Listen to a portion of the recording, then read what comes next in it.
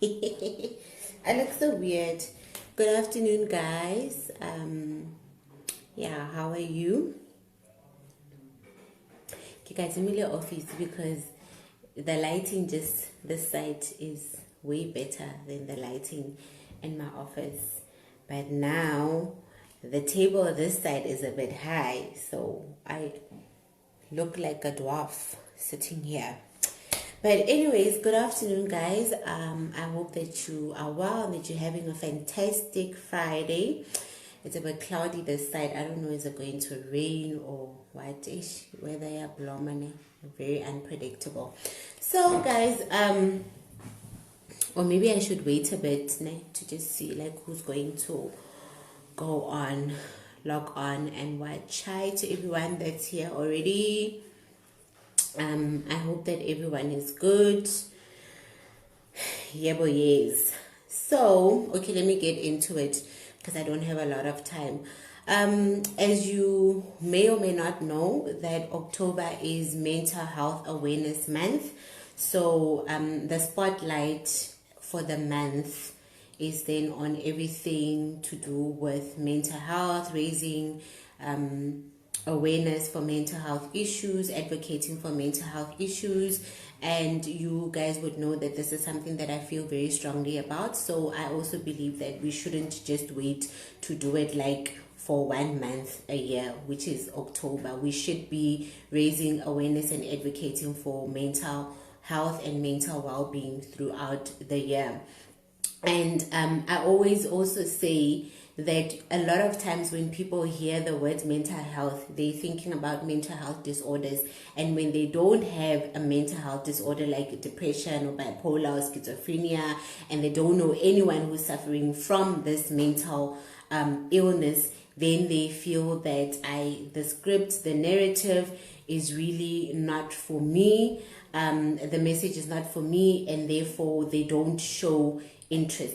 But mental well-being is really something that all of us should be concerned about, because we all go through stress, we all face difficulties in our lives, things that make it hard for us to handle day-to-day things that we need to do. So it's not only the people who have depression or bipolar or schizophrenia or personality disorder or all these other different disorders who should be concerned with mental health issues, but all of us need to be, because the aim, or what we should all be striving towards, is ensuring that we are whole as individuals and that we are living full lives, but also that we are fully functional within society in terms of our psychological well-being, our social functioning, and that we must just make sure that we are here.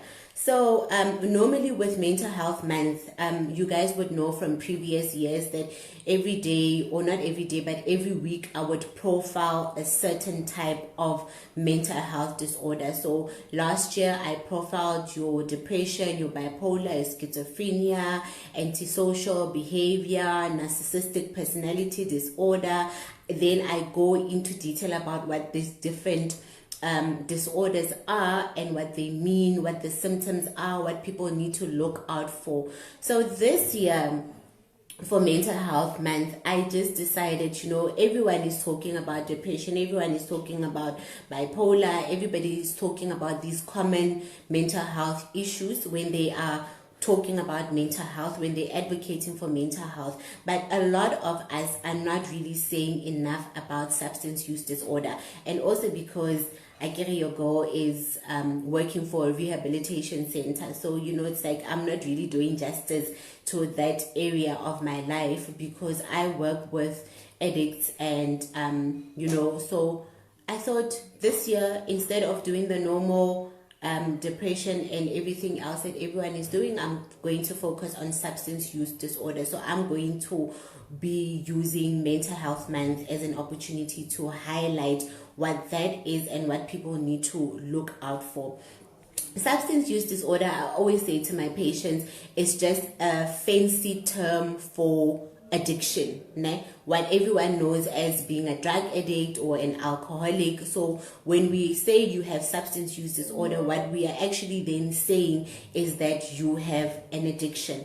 And when we talk about addiction, we are not only talking about people who are using Mendrax or Dacha or nyaupe, or alcohol, but we're also talking about people who are, for instance, have an addiction to over-the-counter medication. Guys, this is also like a big area that is untapped, that we don't talk a lot about, but I see it at work all the time. We get patients who are admitted because somebody was addicted to sleeping tablets, for instance, and now the person comes here and their liver is just in shatters because of all this taking painkillers or sleeping tablets or whatever the case may be. We've had people with addiction to things like Disprin, Grandpa, and these are things that people just take at home every day. Your aunt always has some sort of headache and she needs a reason to be taking Grandpa, and then we don't think, or we don't see this thing as being a problem. We don't even think or see it as being addiction. But any behavior that a person engages in where they are unable to control themselves and where they are doing this thing compulsively, then we need to start asking questions, but we also need to be able to identify those symptoms that say to us that maybe it's not just a matter of you have a headache, but you actually have substance use disorder and you need to get help. So I'm just going to go through a few things that we can look out for when we are talking about substance use disorder. Firstly, we are talking about an inability to cut down on whatever your substance is. So it can be alcohol, it can be dagga, it can be nyaupe, it can be over-the-counter medication, whatever it is that you are abusing, you have difficulty cutting down. So these would be like, for instance, the person that is drinking, not your occasional or social drinker, but somebody that is drinking like every day. They know that it's wrong, they want to stop, but they're just finding it difficult to do so. And then the second thing is that the individual usually feels that without the substance, they are not able to cope. So, I need to have my glass of wine at the end of the day to be able to relax, or I need to have my beer when I come home in order for me to be able to sleep. Otherwise, I won't be able to do so. Then the other element also that sometimes confuses people is that people would, for instance, say, but I still go to work every day, I'm fully functional, I perform at work, I'm productive, so I can't be an alcoholic or I can't be an addict. Yes, I smoke dagga occasionally, or I smoke dagga every day, but in terms of functioning, I am doing what I'm supposed to be doing. Yes, you might be saying that, but what people don't know is that we have individuals that we refer to as being functional addicts. So the functional addict is the one who, you have a drinking problem, yes, you have a substance abuse problem, but for you, I don't know if I should say unfortunately or fortunately, it doesn't interfere with your normal functioning. So you're still able to go to work, go to school, perform tasks, handle responsibilities, and the addiction does not really get in the way of you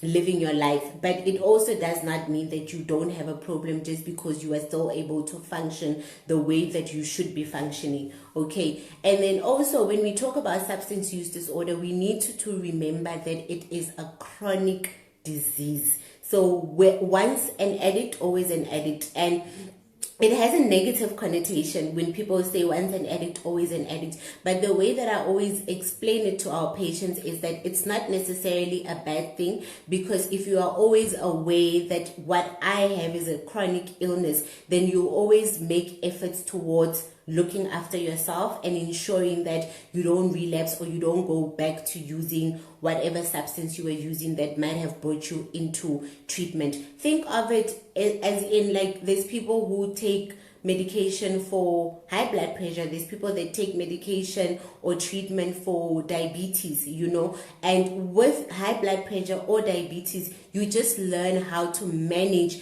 the symptoms of the illness, but it doesn't have a cure. Once you have it for life. It's the same thing with addiction. Unfortunately, once that you've activated those genes that make you a substance use disorder sufferer or an addict, or once you've altered the functions in your brain, like I spoke about yesterday, you can't go back to just being like your normal person. So if Ritabile, for instance, is an alcoholic and I come into treatment and I'm sober for 6 months, I can't go back to drinking and say, okay, no, this time I'll be able to control it, because this is what a lot of people do. They come into treatment and then they leave thinking, yippee, I'm cured, I don't have the disease anymore, and then they relax.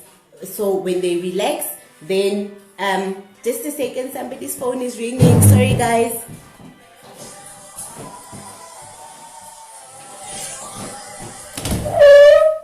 Ladies,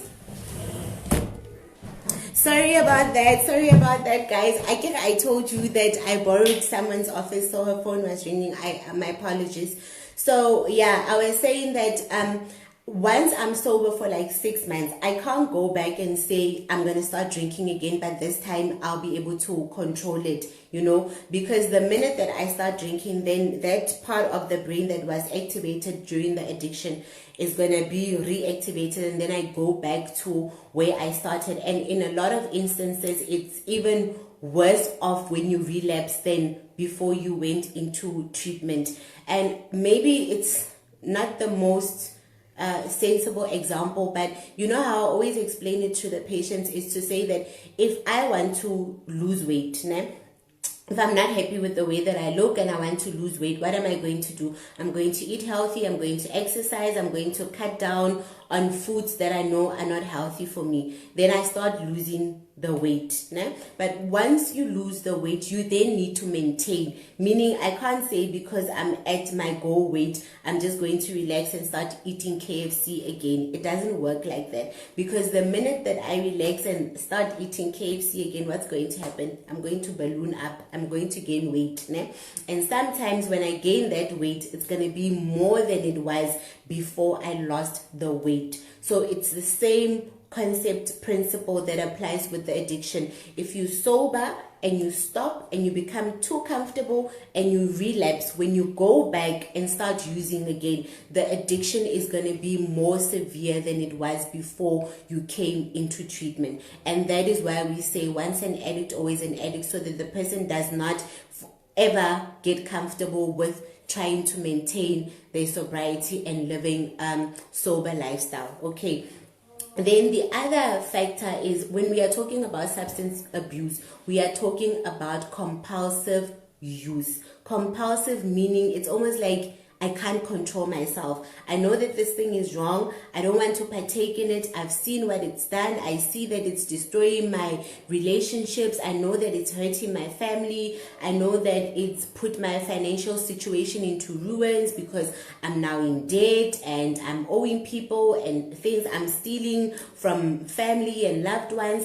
I really do want to stop. Guys, I promise you, a lot of times with the patients that we deal with, nobody woke up and said, now I want to become an addict. I want to use Nyaupe. I just want to cause chaos, havoc in my community. I want people to be afraid of me. I want to steal from my family. No. And it's so weird because a lot of times when we get referrals from other social workers from other areas, because our place caters for like the whole of Free State. But when we get referrals, when you read the report and it says Ritabile is aggressive, Ritabile doesn't listen, Ritabile was fighting with the mother and the father, and she broke the sister's arm because she wanted money for substances or drugs or whatever the case may be. When you read that report, it paints such a scary picture of the individual. Then they come into treatment and you get to interact with them. You see them in individual sessions, you see them in the group sessions, and then you just see like this kitten, like you see one cat.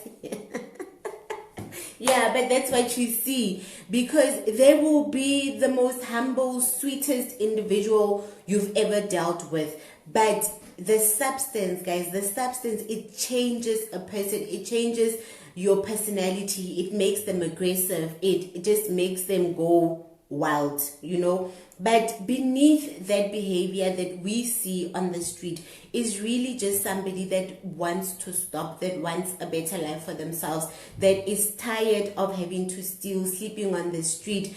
But that compulsive element of substance use disorder is, what sort of hinders them from doing what they want to do and living the life that they want to live. So substance use disorder is a compulsive disease. It has that compulsive element to it where the person would want to, they really want to, but time and again it's like outside of my control. I just find myself going back there. So they lose control over their lives and the substance starts to take over. And this is also why you would find a lot of times family members get frustrated because we have a meeting, we talk to you about the substance use, we tell you, Rita, we love you, we care for you, Bona, you are destroying your future, just leave this thing and all of that. And then the person is like sitting there showing remorse, crying, and then they step out and then they go use the drugs. Remember yesterday, if you saw my updates, I wrote about the brain functions that become altered when a person has an addiction. So there's two main functions that we speak about in the field, and that is the frontal lobe, which is the part of the brain that's somewhere here, and this is the part of the brain that helps you to make sound, rational, logical decisions. This is the part of the brain that tells you when you get to a street, you first going to look before you cross. So logic, common sense. And then there's a small part there at the back of your head that's called the limbic system. And the limbic system only has two functions. It's only concerned with survival and pleasure. And in the case of people who have an addiction, the limbic system is actually the one that's ruling the brain system instead of the frontal lobe being the one that's in control, that's helping you to make rational and sound decisions. The limbic system is just saying, those people don't understand, because remember, limbic is only concerned with survival, pleasure. So it tells you, I need to use the substance because it makes me feel good. I need to use the substance because without it, I won't be able to function, And it's as small as things like when people say, I can't sleep at night, I need to have my glass of wine so that I can have a peaceful night. Guys, if you are saying things like that, then you must know that there's a problem, or a problem could be developing, because that is how every addiction starts. It started off as a habit that you were doing without even thinking. Until that time when you are doing this thing without even thinking, you are busy creating certain imprints, like unzokwala script in your brain, and eventually you get to that point where now your brain associates, in order for me to sleep, I must have wine. In order for me to sleep, I must have a Heineken. In order for me to feel good, I must go have some nyaupe or cat or whatever the case may be. So let's just be careful with the habits that we are forming. And also when we talk about substance use disorder, guys, there's different patterns of use. We have your people who maybe we call it the gamma pattern, and with the gamma pattern, those are the people that don't maybe use in the week because I need to go to work, I need to be a responsible citizen and all of that, and then weekend, Friday, Saturday, Sunday, they binge use, they go crazy. South Africa actually has amongst the highest stats of binge drinking in the world, and that is not something that we should be proud of. And then you get your Delta users. Delta is also a pattern of use, and with Delta, those are the people that use every day. So that is the person that needs to have a tot before they go to work. This is the person that needs to have the Zol before they go to school or before they go to work. These are the people, and they get to that level where they are using every day, but you wouldn't even be able to tell because their body has built tolerance against the substance. So it's more like, for control. You know how people just say, waninyana for control. That waninyana for control, sometimes it's not as innocent as we make it sound. Ne?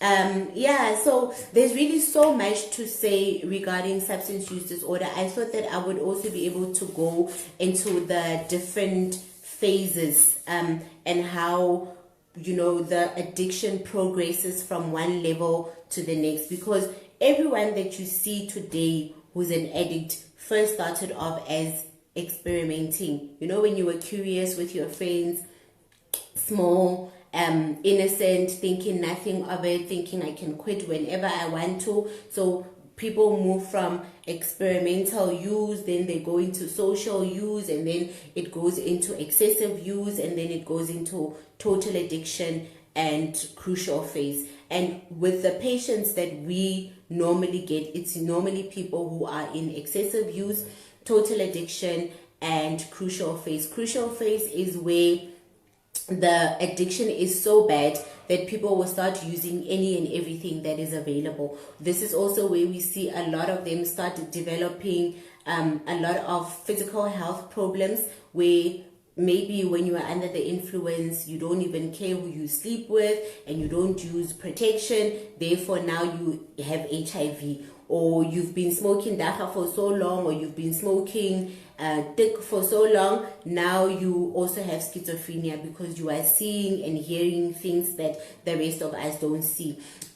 With those phases also, it's very common for people to have suicidal thoughts and to have attempted suicide, because, you know, this is also like the weird thing about addiction or developing an addiction, is that a lot of people start using because in the beginning it helped them to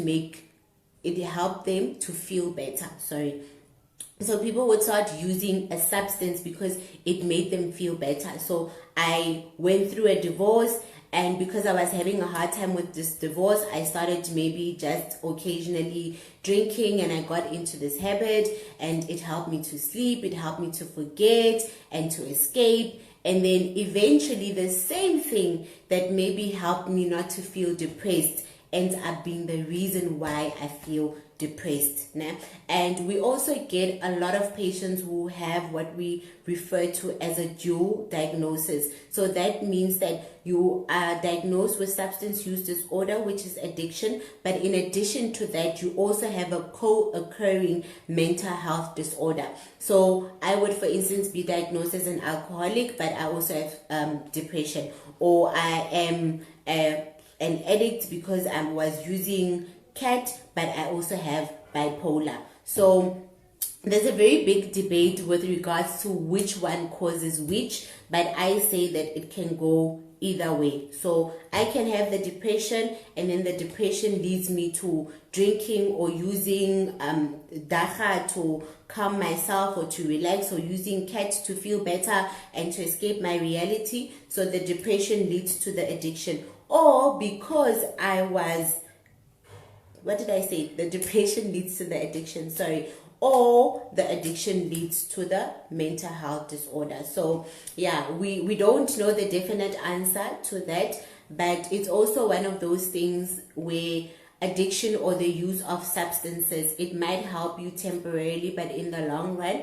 it's also not worth it. So if you know, because you know yourself better than anybody else can or will know you, if you pick up that maybe the way I'm doing is not right, or I started to experiment with the substance and I think that I'm having a difficult time quitting or leaving it, then please guys, don't wait. I know there's stigma around being in a rehab, around admitting that you are an addict, but the longer that you wait, the more severe the problem becomes, because like I said, addiction is progressive. It doesn't stay on the same level, meaning the longer that I continue to use the substance, the worse that it gets.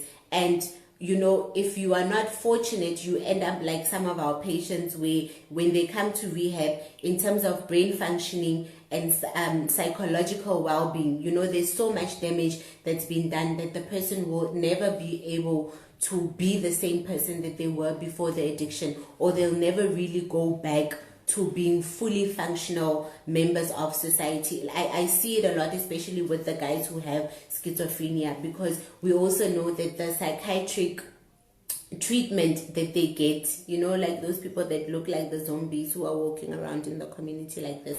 Yeah, it's sad to see, but a lot, in a lot of cases, you know, people with some or other substance, and unfortunately for you, your genes were not like that of the next person, and then you had that sort of a reaction or outcome to using the substance. So it's really not worth it, guys, especially your hardcore substances. It's really not worth it. And also, if you're one of those people that keeps taking painkillers and you are here feeling this and that ache, remember also that your body can sort of deceive you into thinking that you have a headache or you have back pain or you have period pains, because it just wants you to pop a pill. And eventually you get to a stage where you are now popping pills for a living and you can't stop, and you are damaging your organs. And again, it might be difficult, if not impossible, for the damage to be reversed. So please, guys, really, really, really, your substance abuse is,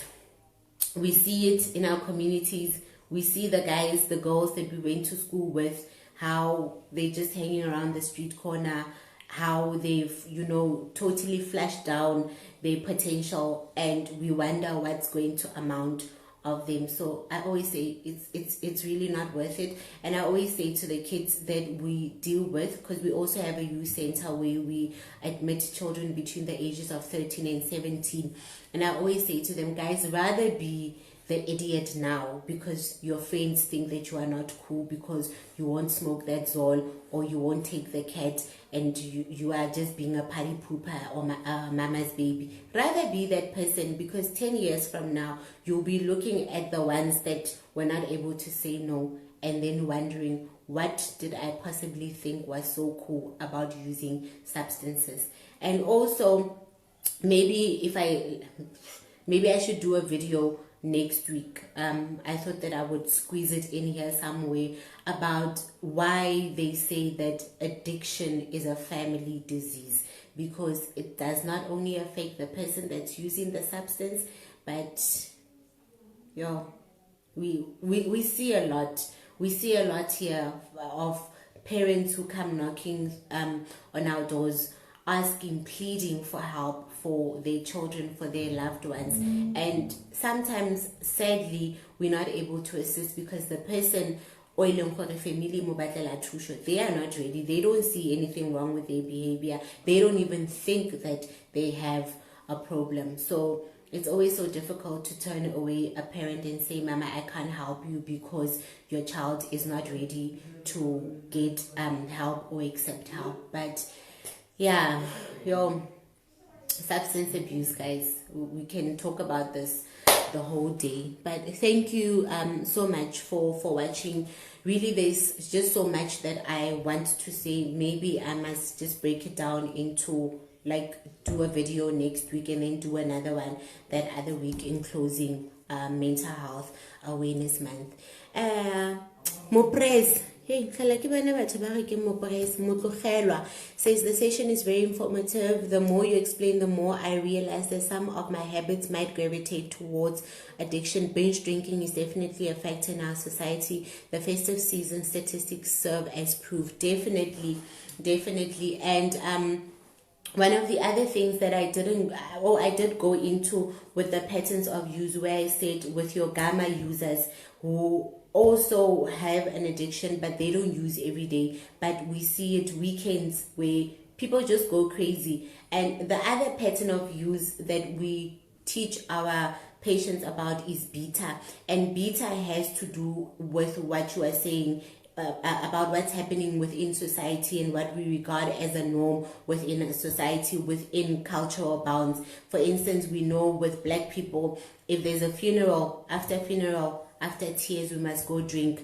if we're having a braai, we must drink, you know, things like that that make it difficult for us to see when someone is having a problem, because we just see it as a part of our culture and a part of our society, and we just think everybody is doing it, so it's not a big deal. And you know, I always say to the patients, like, how many of us, where we grew up in, where we know ndate mamang or me mamang, you know, that elderly person that you know, when you wake up on Saturday at 9 a.m., this person is already like falling over themselves in the streets because they are intoxicated. And nobody, you know, it's not that people don't care, but people don't look twice, because it's like, oh yeah, you know, and then we start to see this as something that is normal, not realizing that the person actually needs help. The person could be having substance use disorder.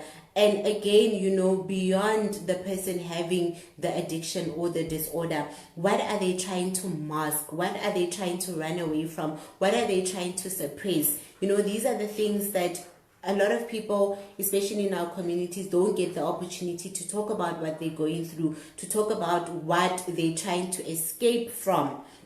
And also with parents, they also need to be careful with what it is that they expose their children to, because a lot of times children, they start experimenting with substances and all of these things because they are running away from what is happening in their homes, with mommy, daddy fighting with each other and doing all of these wonderful things and exposing children to things that they should not be exposed to. And then children then turn to the streets, they run to the streets, they run to their friends as a form of escaping what is happening within their homes. And when they become addicts, we then judge them and say young people are out of control, young people don't have respect, young people this and that, forgetting what we expose them to as the parents. So we also need to look at ourselves as the elderly and what we can change so that we can see a change in the behavior of the people